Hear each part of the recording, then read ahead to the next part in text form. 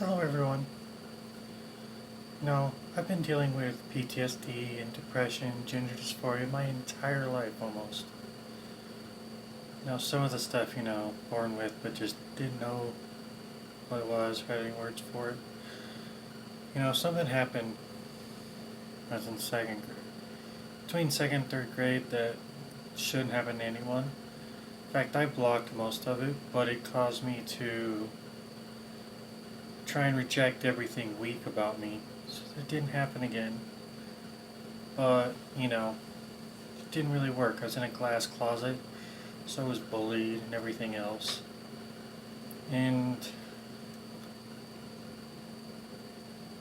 just being weird because I was not being myself, but everybody could see who I was. And by the time I got out of high school, I just wanted to die. And college didn't work. Didn't know I had PTSD at the time because, back then they still weren't talking about it. I was dealing with that.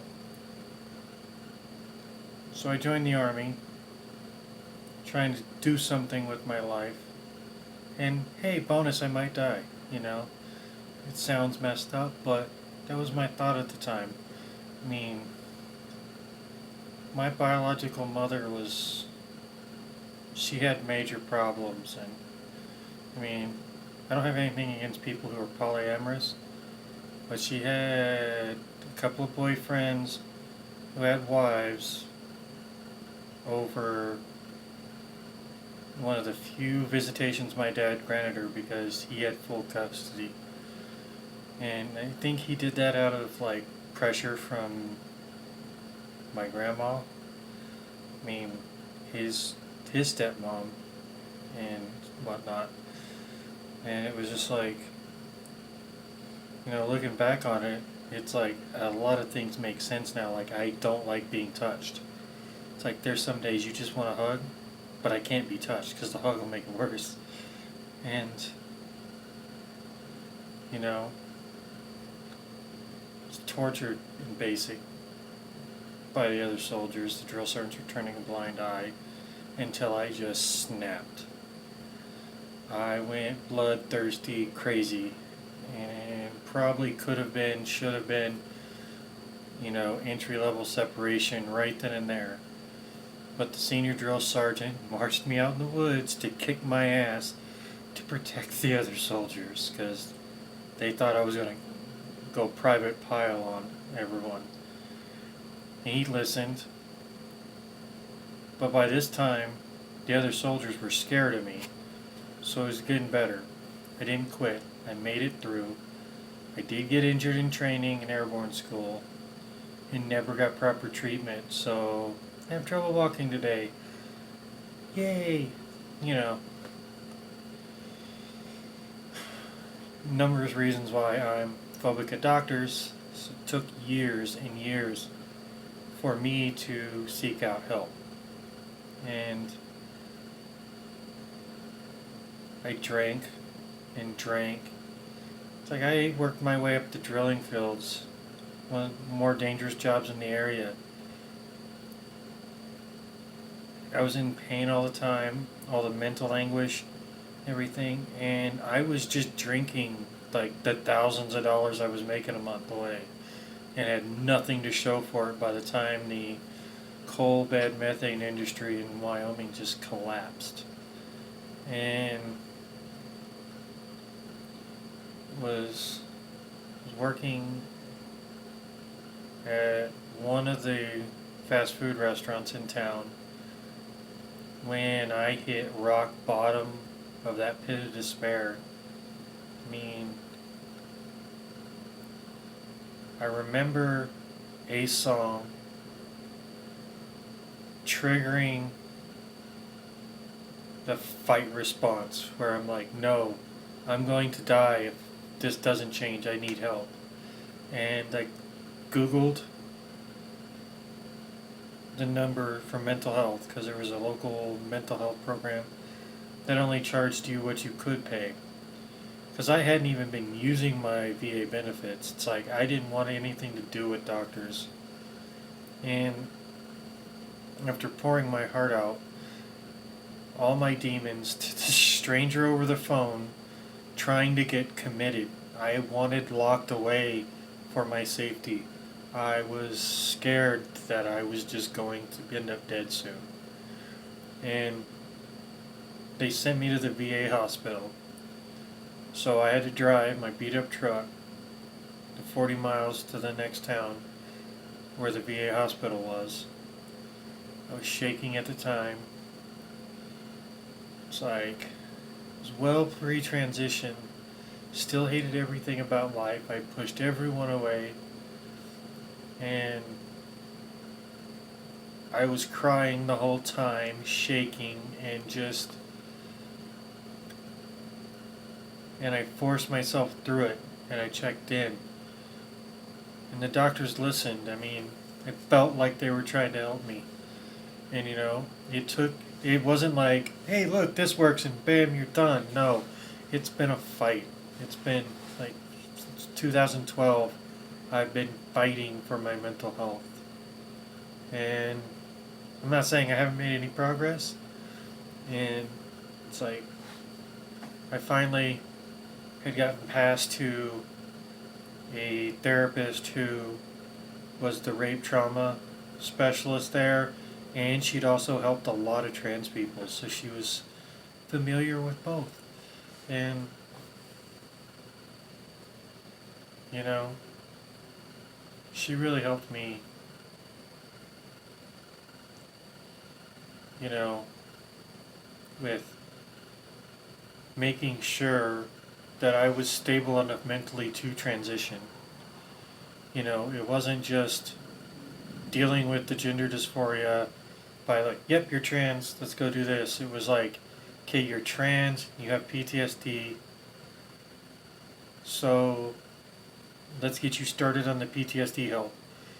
Because, we need to get you at least through this part where you're this much so you're prepared for what's going to happen. Because it's not going to be easy, she said. She goes, this is going to be a fight. And by the time I had gotten to that point, I was ready for the fight. And it's still been a fight.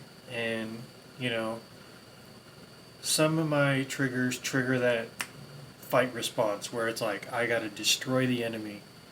And others trigger like this scared little girl who's just wants to hide. And it's like, the scared little girl triggers are the ones I don't know what's triggering it, ever. And sometimes it's like, catches me so off guard that I can't use the mindfulness to pull myself mentally out of it. Because when you're triggered, it's not just a mental response, it's physical responses, adrenaline cascades, everything. It's like body is hyped up.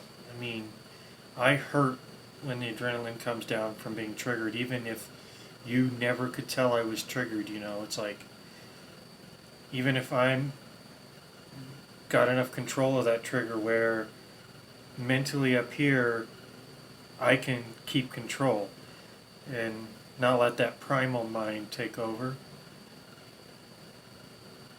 But it still hurts. It's like my hands shake, and I have physical problems too. And then there's doctors who go, oh look, mental problems, blah blah blah. Hey, yeah, maybe the physical problems are just in her head. And, dealing with just bullshit. But yeah, it's been a fight. Some days it's really bad. But, I'd taken this chance to move to Vegas to be with someone. Gambled. It didn't work out. I lost everything. I was homeless. I mean, lost everything. I got some things back, but I lost everything that mattered. It's like the friends I had cultivated when I started my transition, when I was helping people online. It's like something about the breakup fractured a lot of my friends that I had made during my recovery. And, you know, it's just, you know, hard, to like, I wasn't getting support from a lot of these people in the first place. I was supporting them, and some of us, we were just helping, we were just teaming up to help other people. And now it's like I can barely do anything on Facebook groups to help people. It's just like not back to that level yet. It's like I gotta take care of me before I can take care of anyone else. And I mean, and you know, it's like there's been times that I've been really down, and then a song comes on, Nickelback's Lullaby, Firework.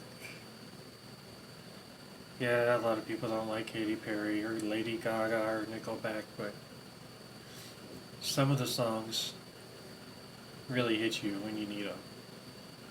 And, Fight Song. That song's been a good one lately. It's just, but, people just don't understand that you can't just get over it. It's not that I'm just a crybaby and mad. It's I'm having flashbacks, memories flying through my head, my brain's going 1,000 miles an hour. I'm literally in the fight or flight response that kicks in normally only when you're actually in danger. And people are like, you should just be better. It doesn't work like that. I mean, I do a lot of meditations and practicing tools and coming up with lines to say during these moments, because there's times where I've been triggered so bad I couldn't get more than 2 words out at a time. Couldn't string together a thought. And it's just frustrating at times. And it's like you feel like you haven't made as much progress as you have. And the help I got from the VA when I became homeless here in Vegas got me into this apartment eventually. And when I got in touch with my stepmom and dad, I told them that I didn't feel like I deserved it, that, and my mom told me that I've helped more people than I knew, and that I did deserve it, because even when I was pushing people away, I'd still help people, and I don't remember some of this stuff, and it's like, then she told me a story. There's a couple of kids in that small town. They're not medically transitioning. That doesn't happen as kids. They don't do it. They'll socially transition. They'll accept them. They'll get them therapy and stuff to make sure. But they got to be really, really sure, and they got to be pretty well into teenagehood and know what's going on before they give them actual hormones. But their parents are accepting them and getting them the help they need. The school system is backing them up, and they're asking where I am. My mom had to tell them that I couldn't deal with the physical threats anymore, and the fact that I had to walk around the town armed just to make sure I could get to the grocery store and back. And,